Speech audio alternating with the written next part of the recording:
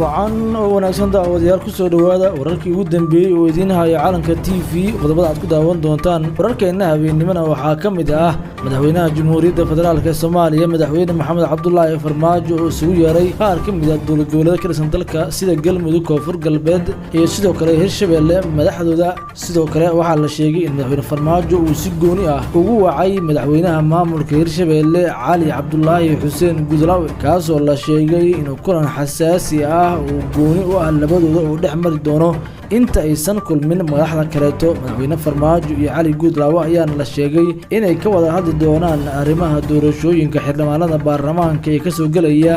magaalada Beledweyne ee gobolka Hiiraan wararka qaar aan helayno ayaa sheegaya in Cali Gudlaawe iyo madaxweyne Farmaajo oo arrimo kale oo sir ah oo xasaasi ah ay ka wada hadleen haddaba arrimahaasi maxay yihiin maxaa sidoo kale ka jira in madaxweyne Farmaajo uu ka carooday imaashihii uu doonayay in Axmed Madoobe uu tago magaalada Jowhar ee xarunta dowlad goboleedka Hirshabelle warbixinteena ayaa si toos ah ugu daahqaadi doona qodobada kale oo xasaasiga ah oo aad barnaamijkeena ku daawan doontaan waxaa kamid ah Cabdiraxmaan Cabdishakuur Warsame oo waayay kursiga xildhibaan ee uu tagay magaalada Dhuusamareeb kadib markii filla Soomaaliya ay ka hortag awood leh ku sameysay iyagoona xeelad cajiib ah u isticmaalay kadib markii ay sameeyeen in qoondada beesha uu ka dhashay Cabdiraxmaan Cabdishakuur ee beesha Ceyr ay sheegeen inay ka maqan tahay qaybta haweenka taas oo la sheegay kursiga Cabdiraxmaan Cabdishakuur Warsame gudoomiyaha xisbiga wadajir sidoo kale ah musharax madaxweyne xildhibaanna hadda raadinaya inuusan awood u lahayn inuu kursigaasi u tartamo maadaama kursigiisa lagu bedelay haweeney oo qoondada beeshaasi haweenka la dhameystiray filla Soomaaliya ay Cabdiraxmaan Cabdishakuur la ciyaaraysa door siyaasadeed oo aan inaba caadi ahayn qodobadeena ayaan sidoo kale si faahfaahsan ugu soo bandhigi doonaa dhinaca kale ra'iisul wasaare Maxamed Xuseen Roble oo dibad joog ka noqday siyaasadda iyo doorashooyin ka soconaya dalka kadib markii uu ku fashilmay inuu hirgeliyo doorashooyin si toos ah uga dhaca gudaha dalka maadaama maamulada qaar uu isxijiyay iyagiina hadda ay ka waayeen wax garab ah ra'iisul wasaare Roble ayaa sida uu aaday Imaaraadka waxa uu dibad joog ka noqday doorashooyinka ka soconaya gudaha dalka isagoona hadda dhaleecooyin xoog leh kala kulmaya dowladaha khaliijka sida Imaaraadka Sacuudi Carabiya Bahrain iyo kuwa kale iyo sidoo kale kuwa aan dariska nahay Djibouti iyo Kenya ra'iisul wasaare Roble ayaa dhawaan qarash ku soo qaatay sidii uu curiyaamin lahaa arrimaha doorashooyinka taa beddelkeeda waxaa fashilma damacii ahaa in ra'iisul wasaare Roble waqti ka saaro madaxweyne Farmaajo waxaanu hadda qarka u saaran yahay inuu dib u celiyo lacagii uu ka soo qaatay Imaaraadka Carabta qodobada iyo kuwa kale oo xiiso badan ayaad barnaamijkeena ku daawan doontaan fadlan daawada haddii ay tahay marka koowaad ha soo booqata channelkeena calanka TV subscribe dhoo program barnaamijka si aad noqdo daawadaha koowaad ee barnaamijyadeena mahadsanid aan ku bilaabay madaxweyne Maxamed Cabdullaahi Farmaajo ayaa isugu wacay madaxweynayaasha maamul goboleedyada Galmudug Koonfur Galbeed iyo Hirshabelle Cali Gudlaawe ayaana la sheegay kulanka inuu marka hore madaxweyne Farmaajo wada kulmi doonaan warbixino ay helayso calanka TV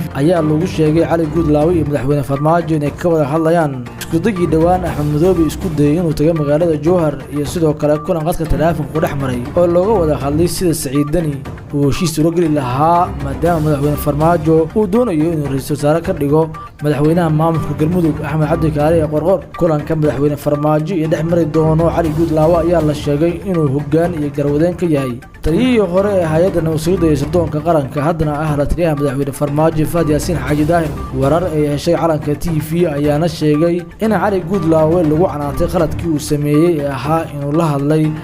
madaxweynaha maamulka Jubbaland Axmed Islaam Axmed Madoobe maadaama ay xulfa siyaasadeed ahaayeen madaxweyne Farmaajo sidoo kalena ahaa shakhsigii ugu horseeday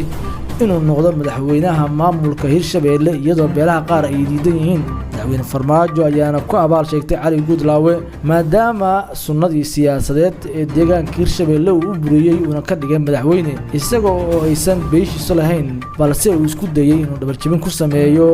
markii la gaaray doorashada waxaa sidoo kale Fahad Yaasiin uu dhagta Cali Gudlaawe ku dhibciyay haddii Cali Gudlaawe uu ku boodo madaxweyne Farmaajo in madaxweynaha ugu horeeya ee imaado uu qadka ka tuuri doono maadaama uu u eedoobay in uu madaxweyne Farmaajo kursiga keenay saddexda madaxweyne aan hore in kugu soo sheegay ayaa u eedeysan dhisitaanka uu dhisay madaxweyne Farmaajo waxaana qasab ah haddii uu kursiga ka kaco madaxweyne farmaajo in iyaguna maalmaha xiga ay weyn doonaan maadaama madaxweyne walba uu keensanayo shakhsi uu isagu wato cali guudlaawe ayaa loo sheegay inuusan raadin damaca kalena uusan gelin oo uu ku ekaado kursigiisa isagana xajiso sidoo kalena uu dadaal iyo horumar weyn geliyo deegaanada hirshabeelle si ay loo tartamaan kuwa asaagooda ah kulanka madaxweyne farmaajo iyo cali guudlaawe ayaa lagu wadaa inuu dhaco markii uu ka soo dhammaado magaalada beledweyne ee gobolka hiiraan uu hadda u joogo xalinta khilaafka ka dhaxeeya isaga iyo dadka deegaanka oo intooda badan lagu guuleystay kadib markii shalay ilaa maalmihii hore uu madaxweynuhu isku dayey inuu xalliyo tabashooyinka dadka reer hiiraan gaar ahaan beesha xawaadle dhinaca kale madaxweynayaasha maamulada galmudug iyo sidoo kale koonfur galbeed ayaa lagu wadaa inay gaaraan madaxweyne farmaajo si la isu abdeedgareeyo ama looga wada hadlo xaaladda doorashooyinka iyo xildhibaanada ay haystaan iyo sidoo kale halka ay wax marayaan warar aan helna ayaa sheegaya in cabdicasiis maxamed lafta gareen oo ah madaxweynaha maamulka koonfur galbeed uu xirtay kursiga beeshiisa iyadoona la sheegayo inuu doonayo inuu si hoose u qaato markii la gaaro doorashada baarlamaankana uu isu sharaxo kursiga gudoomiyaha baarlamaanka jamhuuriyadda federaalka ee Soomaaliya warbixinada kale xasaasiga ah oo adeeyaheena waxaa ka mid ah Cabdiraxmaan Cabdishakuur Warsame oo isaga soo dhaqaajinaya magaalada Dhuusamareeb kadib markii dhabarjabin xoogan oo siyaasadeed loo geystay kursigiina laga dhacay iyadoona la sheegay in filla Soomaaliya ay qaab siyaasadeedsan u isticmaashay in Cabdiraxmaan Cabdishakuur kursigiisa ay qaab awood ah ku qaataan siyaasadda isticmaashay filla Soomaaliya ayaa ah in la dhameystiro qoondada haweenka beesha cayr oo sida la sheegay